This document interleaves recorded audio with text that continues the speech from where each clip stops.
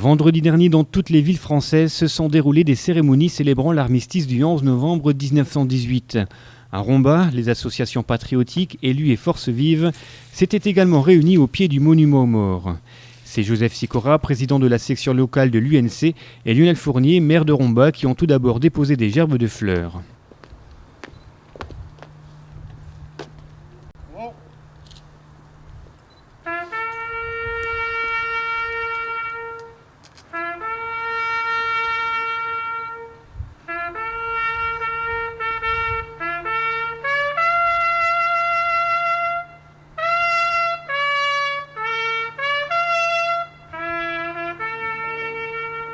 Joseph Sikora et ensuite Lionel Fournier, dans un message de Nicolas Sarkozy, ont ensuite pris la parole pour rendre hommage aux victimes de la Première Guerre mondiale et d'une manière générale aux victimes de toutes les guerres. En ce jour du 11 novembre 2011, nous célébrons le 93e anniversaire de la fin de la Première Guerre mondiale et nous remémorons l'horreur qu'elle a engendrée. On aurait pu penser que la sagesse des nations tirerait les leçons de cette terrible expérience. Il n'en fut rien. 20 ans plus tard, une nouvelle guerre provoquait la mort de 2 fois plus de personnes. Tout cela laisse songeur.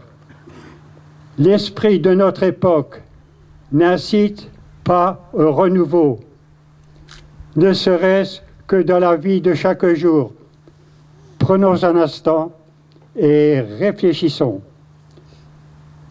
L'observation courante, l'expérience nous oblige bien trop souvent à constater la violence présente à tous les niveaux dans notre société, depuis l'injure qui blesse jusqu'aux agressions qui tuent pour des raisons plus ou moins sordides, malheureusement.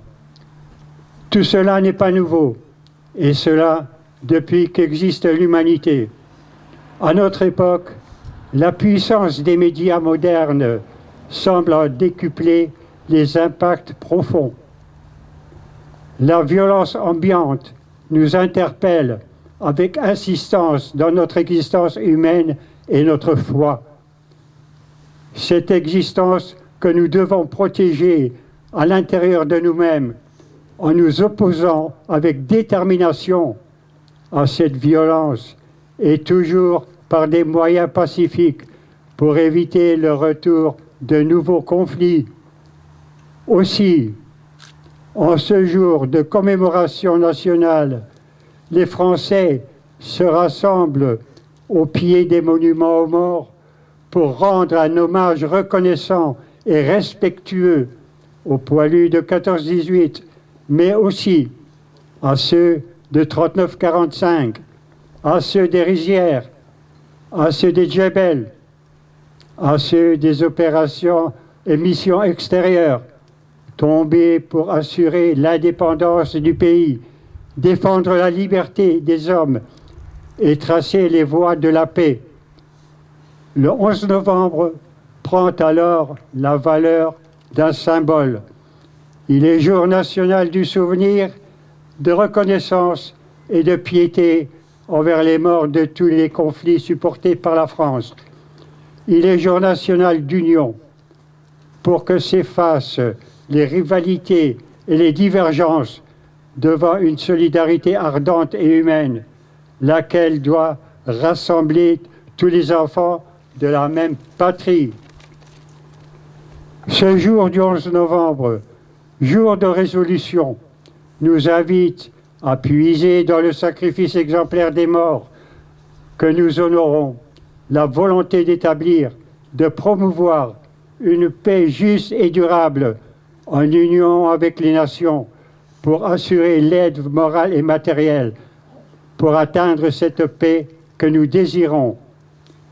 En nous recueillant pendant l'instant de silence que nous avons observé, nous disons notre fidélité, notre reconnaissance et notre profond respect à la mémoire de tous ceux qui ont donné leur vie pour la France, pour nous, et pour une paix à visage humain.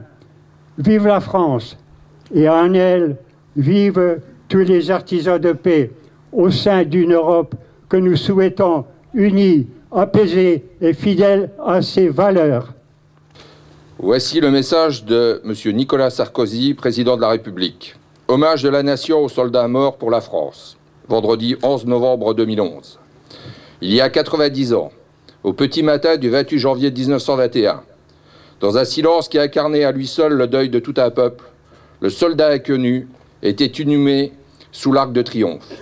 La République consacrait le monument élevé aux victoires de la Révolution et de l'Empire, à la dépouille d'un simple soldat tombé au cours du conflit le plus meurtrier de toute notre histoire. À travers lui, la France rendait donc hommage à tous ceux qui, comme lui, avaient sacrifié leur vie sur tous les champs de bataille de la Grande Guerre. Chaque jour, depuis, le ravivage de la flamme du souvenir est là, pour perpétuer cet hommage et rappeler l'immensité, aujourd'hui presque inconcevable, du sacrifice.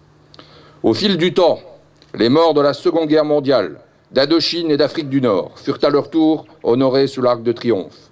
Mais le 11 novembre est resté une journée consacrée au seul souvenir des soldats tombés au cours de la guerre de 14-18. La disparition du dernier combattant du premier conflit mondial, le 12 mars 2008, et la perspective des manifestations qui commémoreront dans 2 ans le centenaire de la Grande Guerre, impliquait de faire évoluer la portée symbolique de la journée nationale du 11 novembre.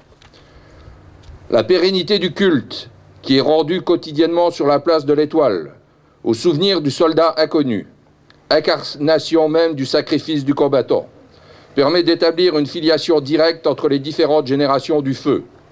C'est le même sang, celui d'un même peuple, qui a été, à chaque fois, versé pour la France et ses valeurs. Que nos soldats soient nés sur le sol de notre pays ou aux confins de nos anciennes colonies, ils sont les enfants d'une même France, les soldats d'une même République à laquelle ils ont fait le don ultime, ce don sur lequel personne ne peut jamais revenir, celui de leur vie. Ces vies ont été données pour que la France demeure et pour que la République perdure.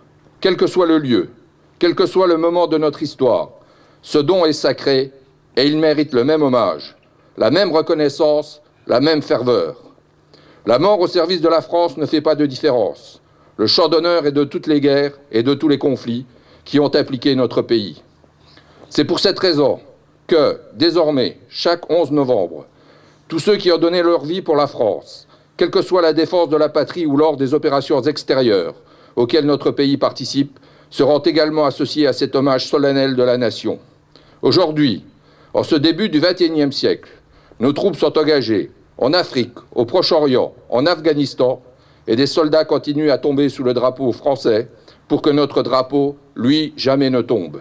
Il est juste et légitime que ces soldats rejoignent, désormais, de la commémoration, ceux qui les ont précédés dans le sacrifice au cours du XXe siècle, au service de notre destin et de nos valeurs, pour que la République vive encore. Vive la République et vive la France!